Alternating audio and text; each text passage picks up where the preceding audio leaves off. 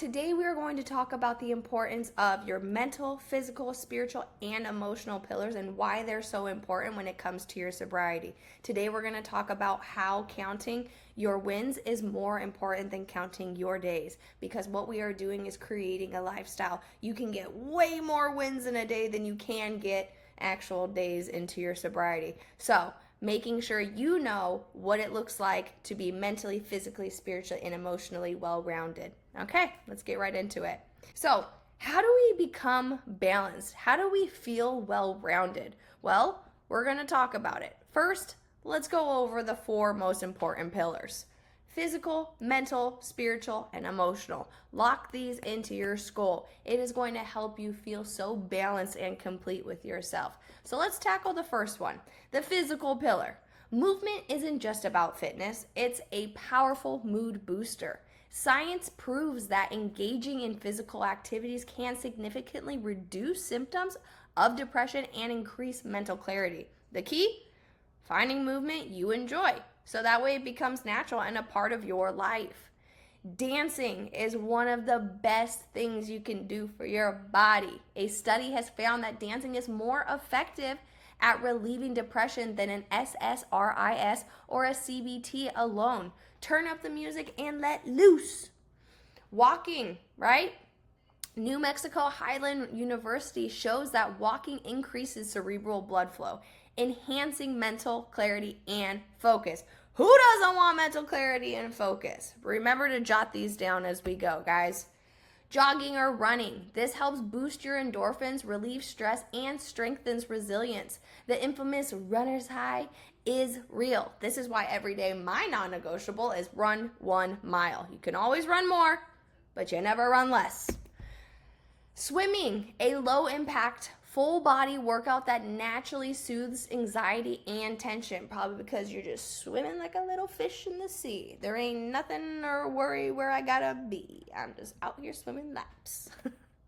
Hiking. Nature is therapy. Time spent outdoor has been linked to lower cortisol levels, reduced anxiety, and increased feelings of well-being.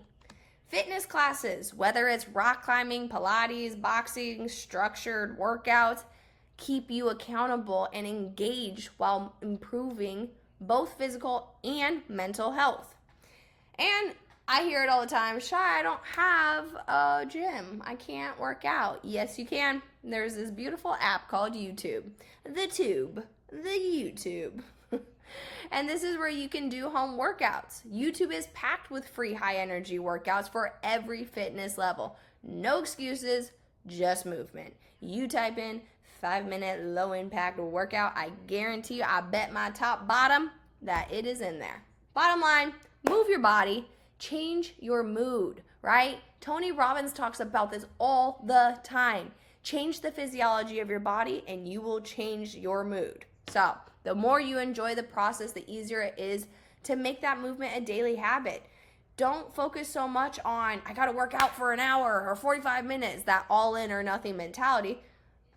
Some minutes is better than no minutes. So remember that the importance of just moving your body isn't always for fitness goals.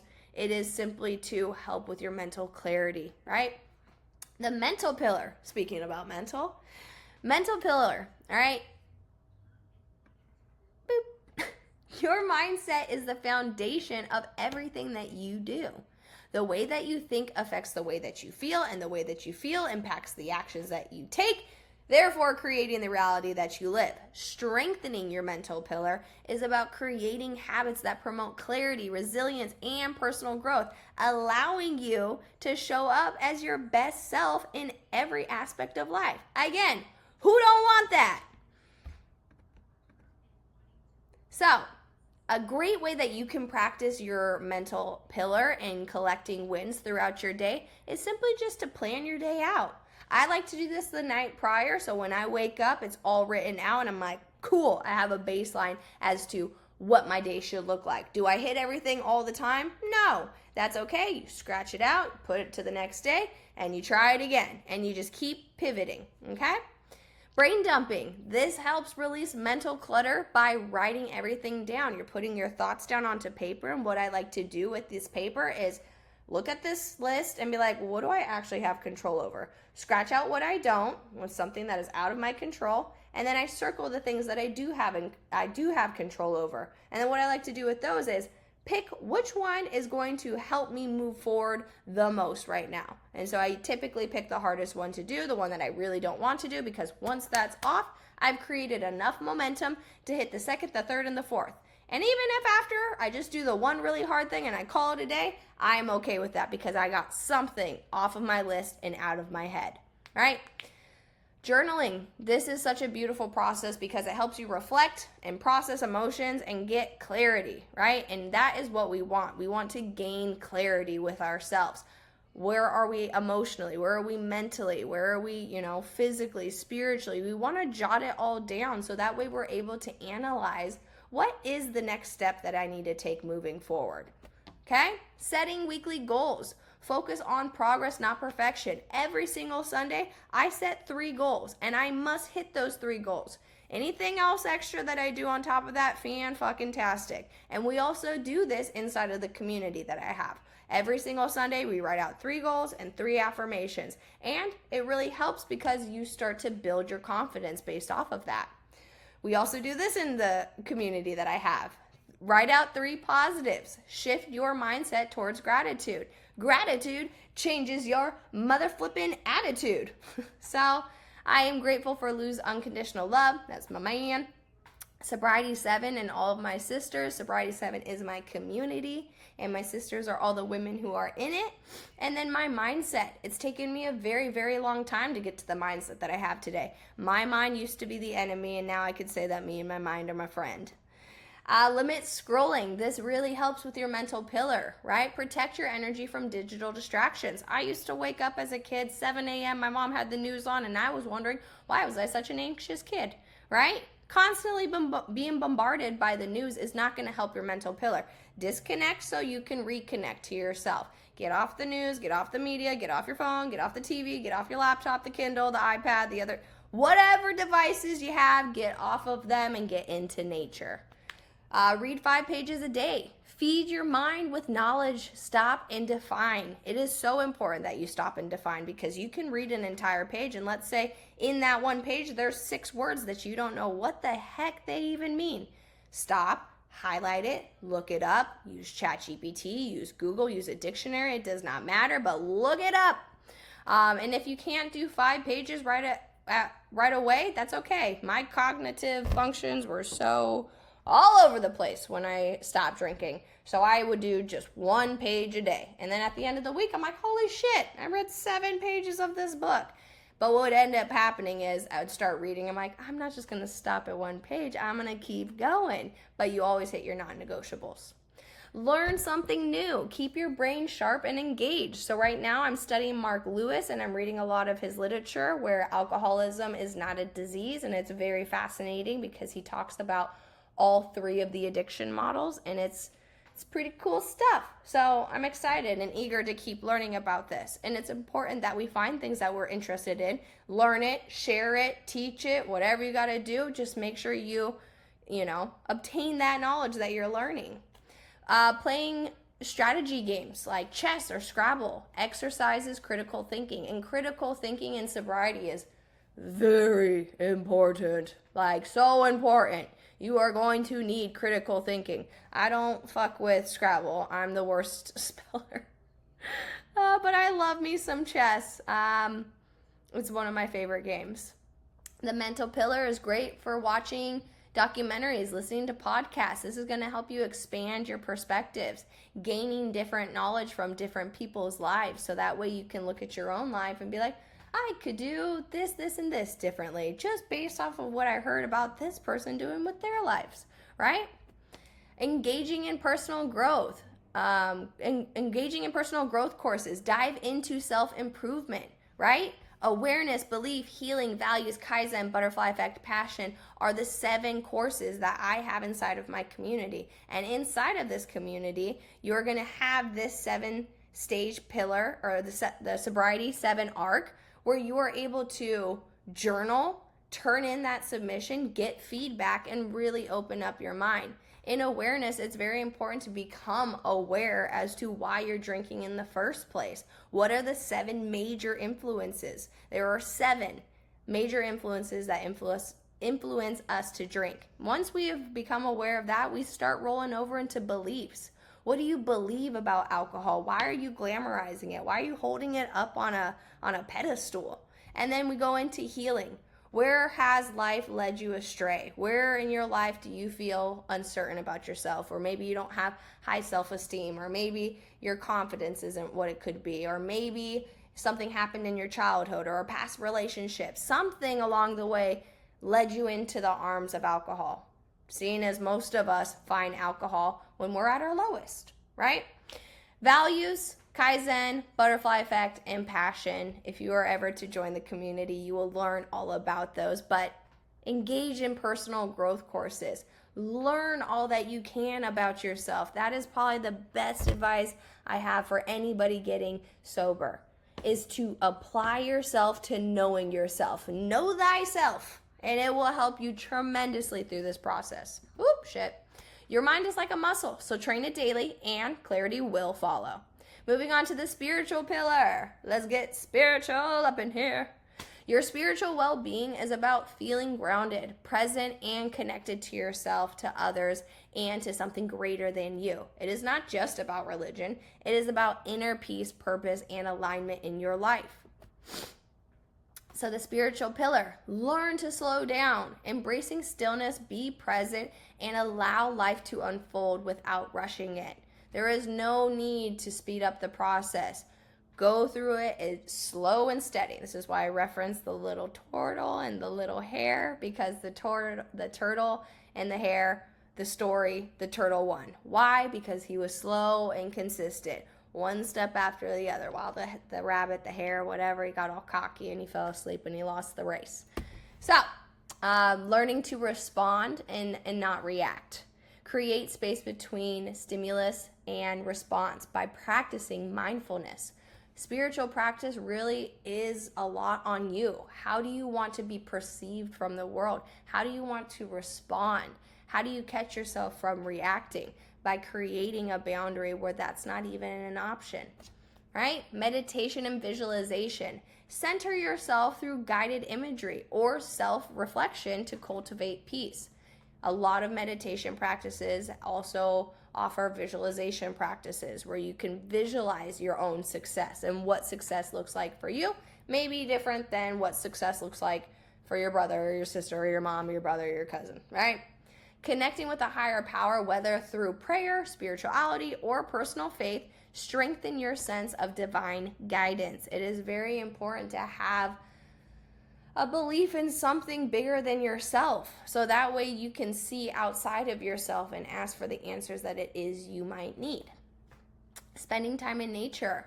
Walk outside, soak up the sun, and reconnect with the natural world. You want to get connected with nature. Nature has such amazing energy. Such amazing energy. Practice self-love. Speak to yourself with kindness. Set boundaries and honor your needs. Just because you have feelings that may not be your favorite feelings doesn't mean you just disregard them. No, that means you lean into them even more on those days that you don't want to feel them. Allowing yourself the space to honor those emotions and then move forward with your day, right? Feminine energy practices, embracing creativity, softness, intuition, and flow into your daily lives. It's very important to lean into all that you are, right? So many of us lean in, or at least I can say I did, lean way far into the masculine energy, and I got everything done, and I didn't ever need any help, and my ego was so fucking inflated that I never was able to get the help that I wanted because I was leaning into the wrong energy. And maybe some people are more feminine and need to lean into masculine. Maybe some people are masculine and need to lean into feminine. I was definitely the one who needed more femininity in my life. Soothing, peaceful music. Listen to sounds that uplift and relax your spirit, whatever that may be for you. Mine is either meditation music, piano, or just like some Christina Aguilera oldies from the 2000s. Like something that speaks to your souls. Or worship music, like anything Christian music. I'm always feeling soothed. When you nurture your spiritual pillar, you cultivate a sense of purpose, inner harmony, and a deep fulfillment in your life. So, what is one thing that you can do today to reconnect with yourself spiritually? And on this last pillar that we have here is the emotional pillar. Okay? Your emotions are messages, not enemies. They guide you towards healing, growth, and self-awareness. Learning to sit with your emotions rather than suppress them is how you build resilience and emotional intelligence. And emotional intelligence is a key component in your sobriety journey. The emotional pillar. Pause and reflect. Take a deep breath. It's not that serious. Like, just take a deep breath and chill. You get to be here having this human experience. You want to allow yourself to be present with your emotions. You don't want to constantly be running away from yourself. When you go into avoidance of feeling your feelings, that's what winds you up and deep into an addiction, right? Journal your emotions. Get curious. Writing your feelings, writing your emotions down helps you process, track, and understand your emotional patterns. At what time did I start feeling sad? What made me feel sad? How long was I sad? Oh, now I'm angry. Why am I angry? How long have I been angry? And then when you're able to reflect back at the week, you're like, oh my gosh, lots of sad faces around this time. What is happening at this time where I can now flip the script and do something about it? Watch a heartfelt movie for your emotional pillar. Give yourself permission to laugh, to cry, to feel deeply. Sobriety journey in the beginning is so serious. Everything is so calculated. So honor yourself by giving yourself the space to still laugh, to cry, to feel deeply. Maybe you can't cry naturally yet, or maybe you're on the opposite and you're crying over everything. But watching a heartfelt movie really does help you connect to yourself emotionally. Cooking a comforting meal. Nourish yourself with a home-cooked dish that brings warmth and comfort.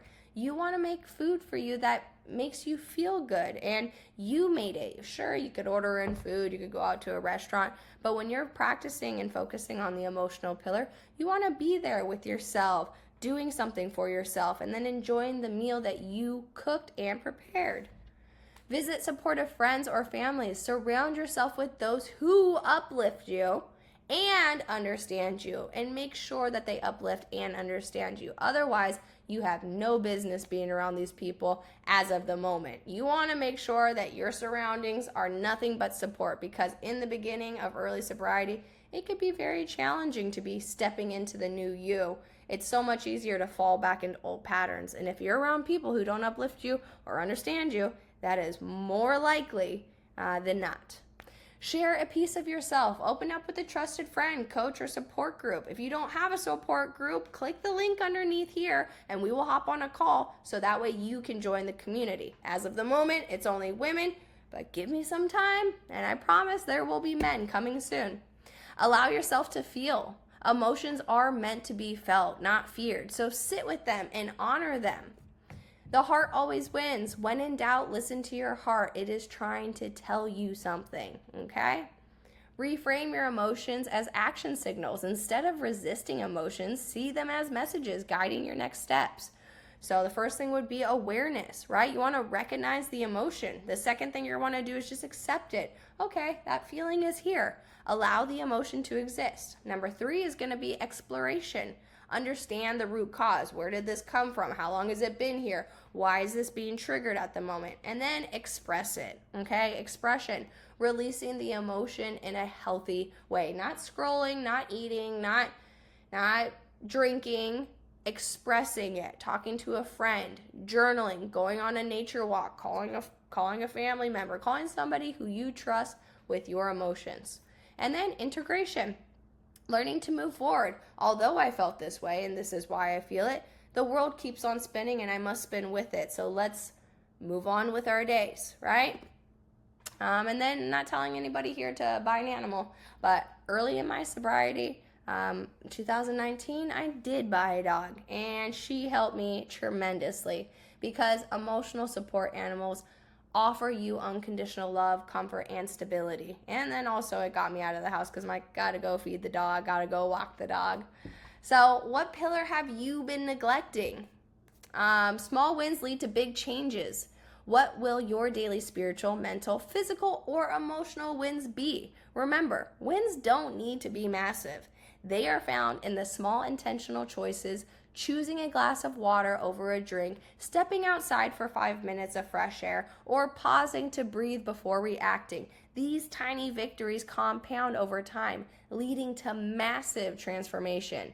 Your healing isn't the small moments. What's one that you will celebrate today? Okay? So when we see this picture, mentally, physically, spiritually, emotionally, what will your wins be moving forward? I'm curious to hear what you all have to say. Drop a comment down below. And if there's any other videos that you have in mind or something that you would like me to discuss or talk about, create slides on, I am all freaking ears, baby. Just comment it down below. If you want to join the community of like-minded women who are getting sober, and not only getting sober, but staying sober, please click the link below and we will hop on a call so that way we can chat about you joining the community. And remember, like, comment, subscribe, and I'll see you guys on the next video. Goodbye, everybody! Everybody!